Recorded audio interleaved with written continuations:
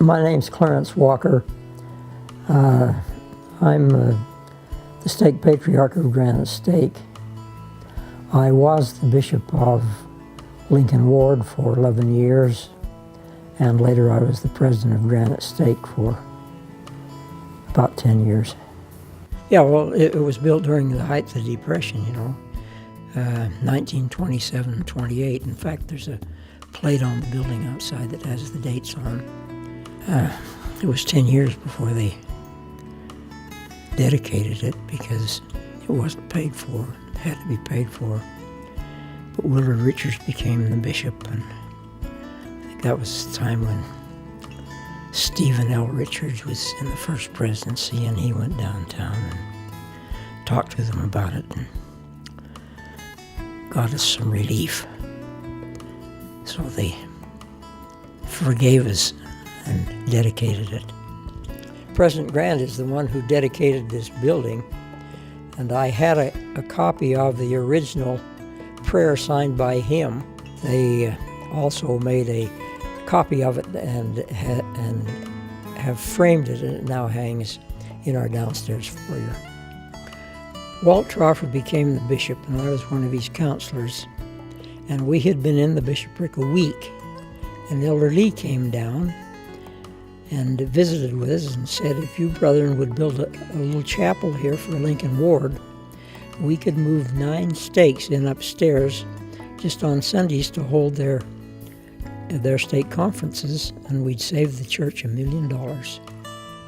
So we built it. When they built it, they wanted to, of course, match it and make it look like the other building. And, of course, there's stonework on the other building. They needed to match that, and they couldn't find a stonemason. But they looked up the fellow who did the work on the original building and found him, and he was 80 years old. And he got a crew and came back and supervised. So it matched. Yeah, when I was the stake president, they wanted to tear this building down and put up one of those more friendly people building, and I just said to them, over my dead body, we love this place. That's all I said to them. Yeah, we still have it. Actually, that building is probably the core of our life. All of our activity has been in that building for years. All of our church activity and friendships and board members, they come and go. We bump into them from time to time, and they're all over the city now. Some of them are even out of the city.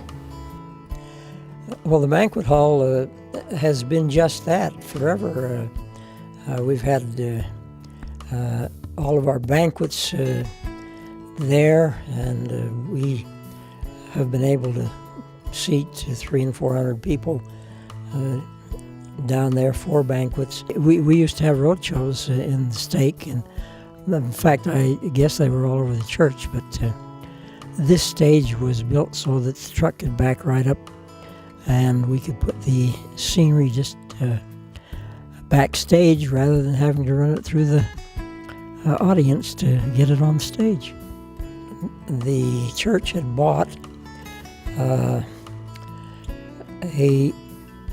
lot of furnishings from the Mary Pickford estate, and among those things was a Steinway piano. And in as much as we were looking for one, he asked if we could have it, and they said sure. And it's here now in our Relief Society room. Yeah, the organ actually was the number 3 organ in the state when it was put in here. Number 1 being the Tabernacle organ, and then the Assembly Hall organ, and then this one. Of course, now that they have put the big organ in the Conference Center, I guess this is probably number 4 now. There is a statement on the back of the big chapel that says the glory of God is intelligence. And at one time when the building was repainted and whatnot, that was covered up.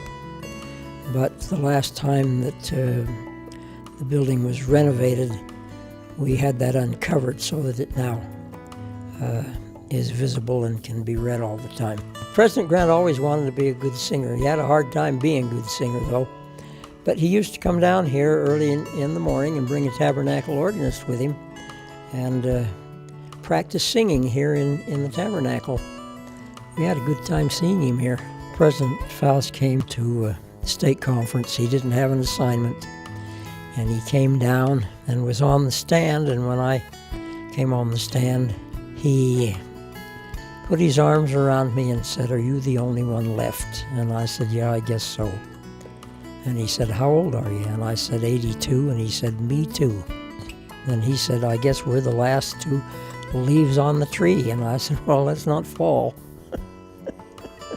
The Tabernacle is the core of our life, actually. All of our activity has been there for 60 years or more. You know, anybody who was anybody lived in Granite Stake at one time or another. We bump into them all the time.